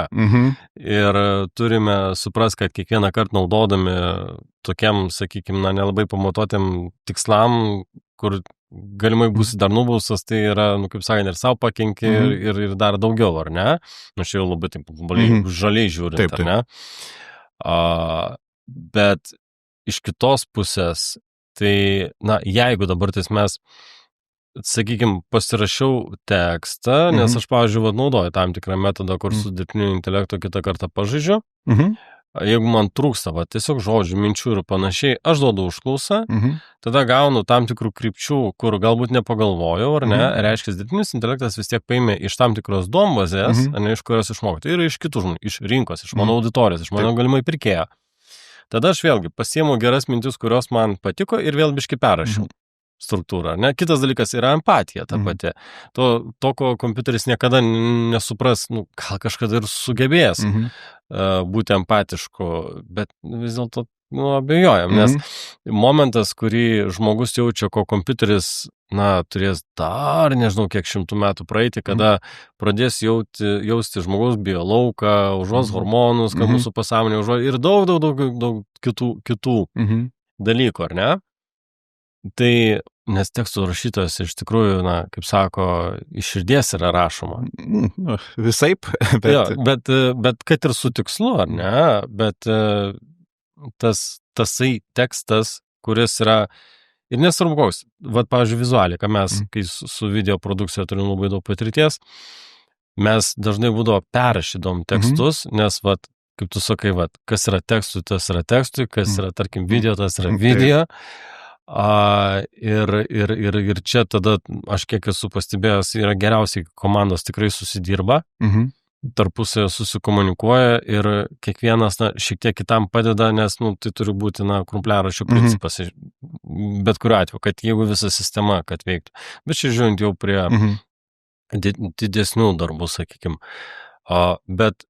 Bet vis dėlto, dirbtinio intelekto, jeigu aš pasiėmiau, aš apsirašiau tekstuką, ar ne, su dirbtiniu intelektu, tai šiek tiek pakoregavau, kažką ištraukiau, tai jau tada nėra labai jau tokia didelė bauda. Čia daug atsakymų. Tai šiaip mano rekomendacija, kaip naudoti dirbtinį intelektą. Kaip konsultantą, kaip paminėjai pavyzdį, kad pasirašai kažkokį tekstą, gal reikia kokio kietesnio žodžio, nelabai gal atsimeni, aš irgi taip kartais panaudoju, arba kaip aš kartais naudoju, rašytojas parašo techninį tekstą, pavyzdžiui, apie automobilius. Jau kažkokią nuovoką aš apie tai turiu, bet vis tiek būna detalių, kurių tu iki galo nežinosi, jeigu nesi ten super srities ekspertas. Ir galėjai googlinti, žiūrėti, ar čia iš tiesų teisingai ir taip toliau, bet visai neblogai yra įkelti pastraipą, sakyti, žiūrėk, ar čia teisingai, pateik šaltinius. Taip. Pateik šaltinius, persižiūriu, įsivertinę, ar tikrai teisinga, kaip tai tinka. Ir trečias būdas, kurį man patinka naudoti, aš kaip sakau, noriu išmokti, pavyzdžiui, programuoti. Susiras programerį draugą ir dabar po 10 klausimų į dieną jau už tai, nes jis tau galiausiai sakys, tu eik ir skaitai knygas ir nebelys prie mane, čia aš neturiu tau tiek laiko. O su dirbtiniu intelektu tu gali ir 100 klausimų tą pačią dieną užduoti ir tu jam neatsibosi. Bet jeigu tu turi įgūdį apie teksto suvokimą, jeigu tu turi šiokį tokį įgūdį kurti tekstus, tada aš skaitau, kad kaip ir nėra nuodėmė, nes tu vis tiek pagal savo struktūrą pakreipsi. Nes tu esi žmogus galų galiai ir tu žinai, kam tu rašai. Bet jeigu tu visiškai neturi jokio suvokimo apie teksto rašymą ir panašiai, ta bet koks tekstas. Taip, taip, bet dar yra viena problema, jeigu čia jau asmeninis tavo kaip ir polinkis, ar tu mėgsi naudoti dirbtinį intelektą ir rašyti, ar ne, čia jau toks skonio reikalas gal. Bet yra tas labai paprasta klausimą. Gerai, žinom, kad Google'as bauduoja, jeigu tekstas yra parašytas dirbtiniu intelektu. Jeigu paredaguoji 10% teksto, ar jau užtenka? Neaišku. 20%, neaišku. Kiek yra pakankamai? Ir tu nežinai, ir tu paredagavai kažkiek teksto. Taip, jeigu to nedarys ten masiškai ir ten redaguos iš tiesų visai daug, turbūt bus viskas gerai, nors aš esu matęs atvejį, kur iš vieno SEO specialisto, kuris gal 20 tik straipsnių turėjo, nedidelis blogas, ten keli šimtai srauto, sako, susiredaguodavau didžiąją dalį teksto su dirbtiniu intelektu, atėjo vienas iš atnaujinimų, 0. O ten 20 straipsnių, kokia čia bėda, nes ten būdavo anksčiau, kurie 100 000 tų straipsnių prisirašo, nes ten gali sekundėm juos varyti. Bet kažkaip prisikabina kartais ir tada jau, jeigu Google'as tave deindeksuoja ir išmeta iš visų rezultatų, atsigauti atgal, ten jau geriau naują verslą pradėti. Jau gali, jeigu SEO buvo tavo pajamų šaltinis, pradėk naują verslą, nes ten tos agentūros, yra agentūrų beje, kurios užsiema šito sugrąžinti, bet jie, kaip mafija veikia, sako, gerai, nori susigrąžinti verslą, tai jie gali tau bet kokią kainą sakyti. Mafija, aš taip gal piktybiškai sakau, gal nebūtinai taip veikia, bet jie iš esmės turi visą galią priešais tave, nes arba tu neturi verslo, arba tu jie mokia labai didelius pinigus. Tai jie gali ir prašyti didelių pinigų. Tai tiesiog taip veikia.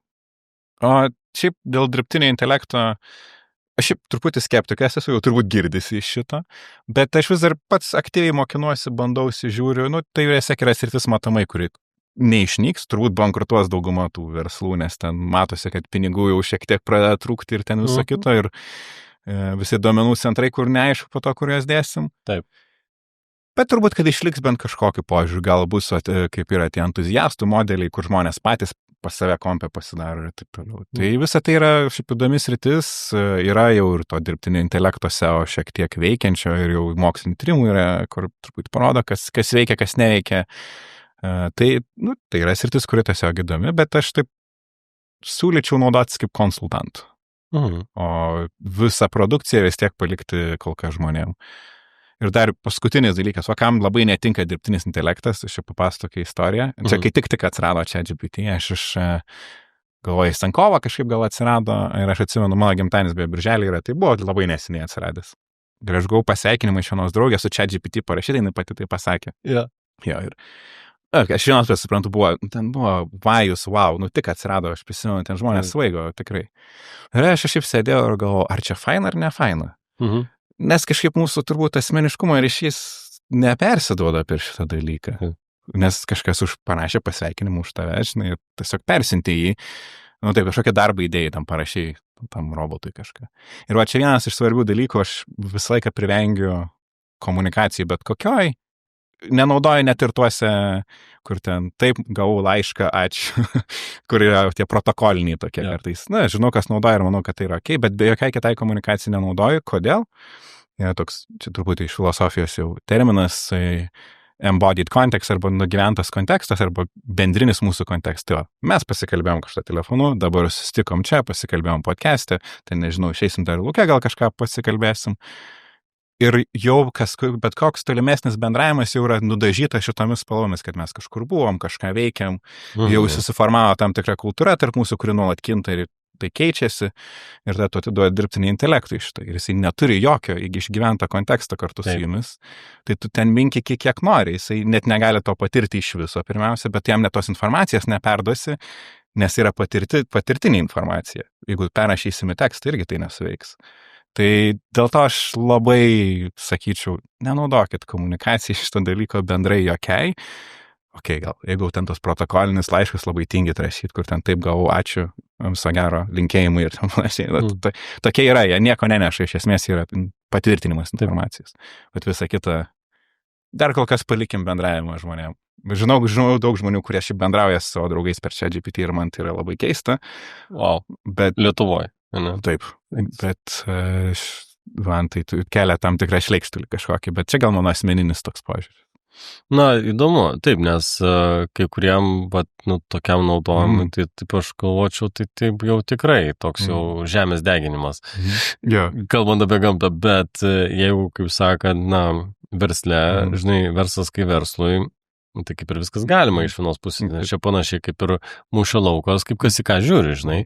Vienam yra svarbu būti numeris vienas rinkoje, dominuoti, kad kiekvienose namuose būtų po mūsų produktą, žinai, kaip dažnai sakoma, verslas, kuris yra su ambicijom ateina, o kitas tiesiog nori savo gyventi harmonijoje, jam gerai, jis iš to gyvena, išsilaiko ir jam tu čia kištų jam ten, žinai, papildomus ten kažkokios paslaugos, čia tau yra įrankis, kaip tenai, tarkim, nežinau, ten integruoti botą asistentą, kuris ten Instagram'e dėtų postus, tenai pasimti ją ir užleisti reklamą, ten, jeigu reikia teksto, atrodo tikrai yra daug, ar ne? Bet ar tikrai tiek reikia? Nes nepamirškim, kad jeigu ir naudosi tą robotą, tu vis tiek savo laiką deginsi. Na taip. Bet to, kad skaitytum knygą. Arba tu skaniai pavalgytum su savo senu geru ten draugu, kaip pavyzdys. Tai čia gal yra toks, kaip tai galim šiek tiek apie tai pakalbėti, dabar kilo šitą mintis, kalbant, yra žmonių taip, kurie verslininkai, kurie visose namuose ten pamalo produktą ir ten uždirba turbūt milijardais į metus ir būna kartais į politiką, kai ateina verslininkai, sako, jis jau uždirbo pinigų ir daugiau nebenorės, dėl to čia nevoks iš valstybės. Tai gal nežinau, ar čia nuliūdinti ar kaip, bet aš manau, kad tie žmonės ne dėl pinigų tai daro jau. Tai tiesiog yra ambicija pasiekti daugiau. Kad tas skaitinė išaiška, ta ambicija turi, tai yra pinigai. Tai čia yra antrinis dalykas, tiesiog darai. Man lygiai taip pat mes toliau vystome, mes jau šiaip galėjom sustoti ir tiesiog sakyti, faina, viskas. Bet yra ambicija tiesiog padaryti daugiau. Ir jeigu tai išsiverčia į skaitinį kažkokią išaišką, yra viskas gerai, bet yra pats tikslų siekimas, kaip ir sportininkai, jeigu ten nebūna, kad olimpiniai sportininkai nubėgau tokią, užteks. Nubėgau ten 100 metrų per 10 sekundžių, viskas užteks. Viskas, baigiau karjerą, dar nieko nepasiekiau, bet tokio tikslo norėjau ir viskas ties to baigė. Tik norėsi, dėjinės ten, žinai, kažkiek nubėgti, tada norėsi dar truputį daugiau. Tiesiog yra žmonių charakterio bruožas. Tai yra tų žmonių, kuriem tikrai kartais tiesiog užtenka ir man irgi kartais būna, kad aš kai kurios dalykus darau iš įdomumo. Ta dirbtinį intelektą, esu skeptikas, aš ten po truputį integruoju į savo darbus, bet man tiesiog įdomu, kaip tai veikia, kaip tai atrodo ir taip toliau, ir ar tai man duos kažkokios naudos, ar ne. Gali būti kaip hobis truputį, kuriam laikui kažkoks. Šiaip, ką norėtum, nežinau, palinkėti. Palinkėti tam verslui, kuris ieško savo sprendimo. Oi. Toks sunkus klausimas, daug ko galima linkėti tokiu atveju. Aš turbūt linkėčiau neieškoti tų lengvų, greitų ir sprendimų. Tos sidabrinės kulkos, kurie ten tą vilkolakį turi nušauti ir jums čia viskas pasiseks. Labai dažnai ieško ir labai dažnai nori ir beveik niekada toks dalykas neegzistuoja. Va, dažnai būna, kad būna Turkijos appsas, kuris po to turkų draugų labai daug pridaro. Aš gal tokia, jau dažnai šitą analogiją kartoju, bet čia gal tinka verslui. Einu į sporto salę jau nemažai metų. Per tą laiką pasirodo vis koks nors žmogus gyvenime, draugas sako, oi, aš noriu pradėti sportuoti. Ir pirmas klausimas būna, kokius papildus pirkti. Aš sakau, pirmą 3 mėnesius pro sporto salės duris, porą kartų į savaitę, ateini, pasportuoji, tada kalbėsim apie ten optimalias programas, ten mitybą, papildus ir taip toliau. Tu pradedi nuo tų 2%, kurie atrodo labai fainai, bet nedarai to, kuris tau 90% viso darbo atneš. Tai vat lygiai taip pat versle. Neieškom tų fainų, ten kietų kažkokių gražių sprendimų. Darom tai, kas sunku, nuobodu kartais norisi ten, nežinau, akis išsilupti nuo to viso. Bet veikia. Galų gale, verslas yra apie pinigų uždirbimą. Aš tik skiriu, kaip sakiau, ne apie pinigų lupimą iš žmonių, bet uždirbimą tokį kaip sąžiningą, kad mes vienas kitam duodam vertę. Tai jums vis tiek reikia ne fainų dalykų, o tai to, kas uždirba. Gal yra ką nors, ką praleidom? Ką norėtum? Aš čia galėčiau kalbėti iki. Ne, aš apie rašymą, apie daugą, apie savo visokius pagrindus. Man gal vienas dalykas, ką paminėčiau, kai jeigu renkatės agentūrą, specialistą, siūlyčiau galbūt pradėti nuo tiesiog turi draugų kokių nors dirbančių korporacijas ir taip toliau, bet gerų draugų, kuriais pasitikit. Pradžiai paprašykite rekomendacijų. Visi geriausi mano specialistai, kurie su manim dirba ir kurios pažįstu, ir mes patys beje su labai daug klientų dirbam per rekomendacijas. Tai ateina per rekomendacijas. Jeigu to žmogum pasitikė, jis turbūt nenorės tau rekomenduoti, bet ko jis tau geriau pasakys, aš tau nežinau, ką rekomenduoti, negu kažkokį, žinai, ir po to nusivylis. O jeigu taip eini per skelbimus, ten taip toliau, tai visaip gali būti. Blogiausia atveju, tas parekomenduotas specialistas, jisai galės agentūros pasiūlymus įvertinti. Bet, pavyzdžiui, tokios, kaip, tarkim, yra Facebook'o grupės, tarkim, ten freelancerių darbo pasiūlymai, tenai marketingo ir panašiai. Ar tokios grupės ten ieškoti yra pakankamai patikimas tavo? Ne. Čia kaip Reddit'e ieškoti specialistų, tai iš esmės. Aš pats esu tokias grupės naudojęs ir aš naudojau, kai aš buvau jaunesnysis specialistas, tik aš labai aiškiai tai parodydavau, kad hei, aš čia pradedu savo rašymo karjerą, kaip su individualia veikla, ar ten būtų kas norėtų kažkas. Ne visi žmonės tokie sąžiningi yra, bet ten tikrai dauguma turbūt bus jaunesniai specialistai, arba kurių išmanimas yra toks. Deja, nenoriu, tikrai ten turbūt yra ir labai gerų specialistų. Bet visi nuo ko pradeda, Taip. Tai klausimas, ar tau užtenka tų kompetencijų? Bet čia gali pasilyginti irgi. Jeigu tu duodi užklausą tenai, kaip mes prieš tai kalbėjom, ar ne, kad perklausi 10 specialistų ir matai, jis tau kalba, rezonuoja, ar save tik tai pardavinėja, ar ne, tavo siūlymas yra tiesiog atsiversti užrašų knygelę. Taip, visada. Bet gal pabrėšiu šitą dalyką, nes tai gerai užsikavinom. Reikia žinoti, kokių kompetencijų tau reikia. Jeigu tau reikia, kad tau iškeptų kiaušinį, tau Gordono Ramsay nereikia samdyti. Tai jeigu tau reikia paprastų paslaugų, kurios nėra labai sudėtingos, jaunesniai specialistai gali tai puikiai atlikti ir tau nekainuos ten krūvas pinigų. Taip. Čia klausimas dar irgi reikia įsivertinti, kokių kompetencijų man reikia ir kokias aš užduotis noriu atlikti. Aišku, dažniausiai, jeigu kalbam apie SEO, tai tos ambicijos nebus mažas, nebus, kad aš čia noriu užsirenkinti Alytuj ten 2 raktažodžiam. Taip, daugiau norim.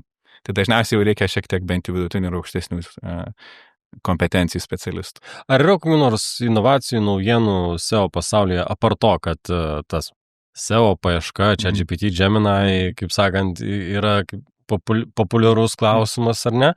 Bet galbūt kažkokių kitų, kaip ir pavyzdys, galbūt yra soctinklų, pavyzdžiui, postai yra išskaitomi SEO.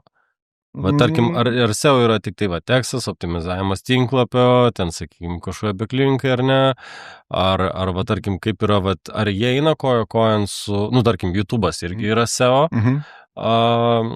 ten yra visiškas iš tikrųjų, kuo toliau, kiek aš matau, tai ten, bet socialinių tinklų įrašai.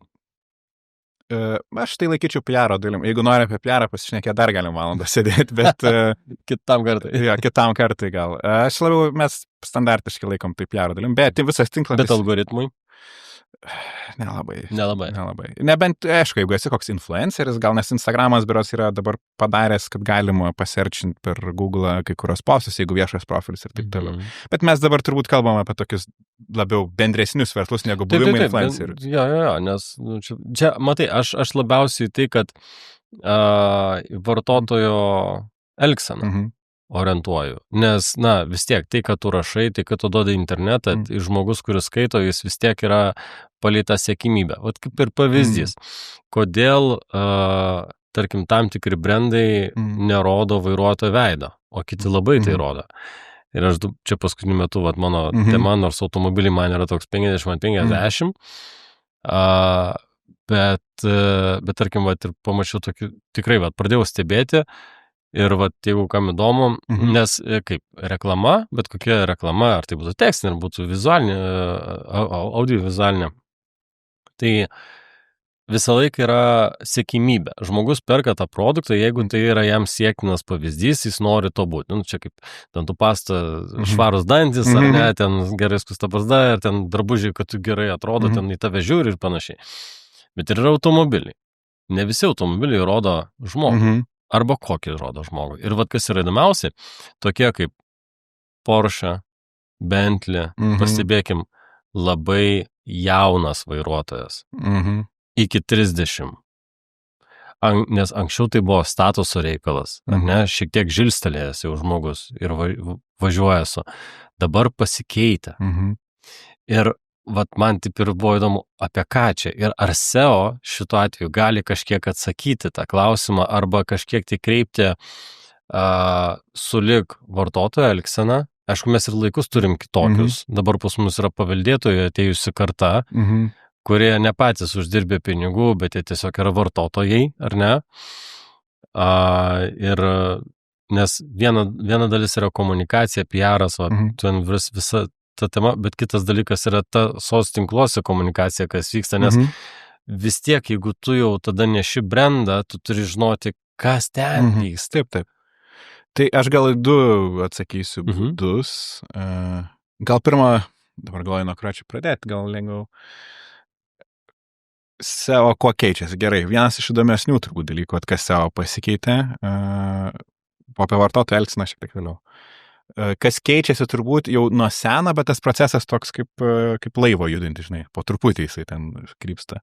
Yra toks dalykas, beje, iš filosofijos ateinantis, kaip ontologija ir entities būtų esiniai. Tai yra toks įdomus mašininio mokymo klausimas. Kad, pavyzdžiui, nežinau, turi turbūt tinklapį kažkokią asmeninį savo, ir ten studijos ar dar kažkas turi. Ateina Google tas robotas ir jis ten nuskenuoja ir perskaito tekstą. Kaip jis žino, kad tu esi tikras žmogus? Aš tai galiu taip su tavim ateiti, susipažinti, ten labai norėdamas pačiupinėti, žinai, ir panašiai, bet jis tai negali, jis mato tekstą, geriausia atveju nuotrauką. Ir čia yra tikras žmogus. Jis negali išlysti iš kompiuterio ir ten nueiti į tikrą pasaulį, jis nežino. O tokių prikurt puslapį mes dabar galim, po 15 minučių, 30. Avatarai, AI modeliai, aktoriai, dabar vėl grįžta ta tema ir apie ką mes šiandien. Jo, ir mes galim ir tų pakankamai realistiškų nuotraukų prikurti ir tokių dalykų. Ir Google'ui vienas iš dalykų, reikia kažkaip tai atskirti. Dalykas, esiniai ir ontologija yra iš tai, kaip atrodo ta tikrovė iš esmės tam tinklapį. Tai ką Google'as kol kas bando daryti ir šiaip dabar daro, jau matom įtaką ir reitingams blogpostų ir visam kitam, jisai pradeda sieti žmonės tarp tinklapių ir socialinių medijų ir visur kitur. Tai labai lengva, aišku, tai yra patikrinti, jeigu yra super garsų žmogus, ten jeigu rašys Elonas Muskas, tai ten išmes ir jo nuotraukas ir ten taip toliau, bet yra įrankiai, kur gali pats pasitikrinti, ar Google'as apie tai kažką mano. Tai jau, pavyzdžiui, kartais siejama, ne su tam tikro srities rašymu. Ir, pavyzdžiui, yra čia truputį kita SEO irgi dalis, bet to per daug neliesiu, bet iš esmės irgi Google'as preferuotų, kad apie mašinas rašytų žmonės, kurie gerai nusimano automobiliuose. Čia logiška turbūt yra.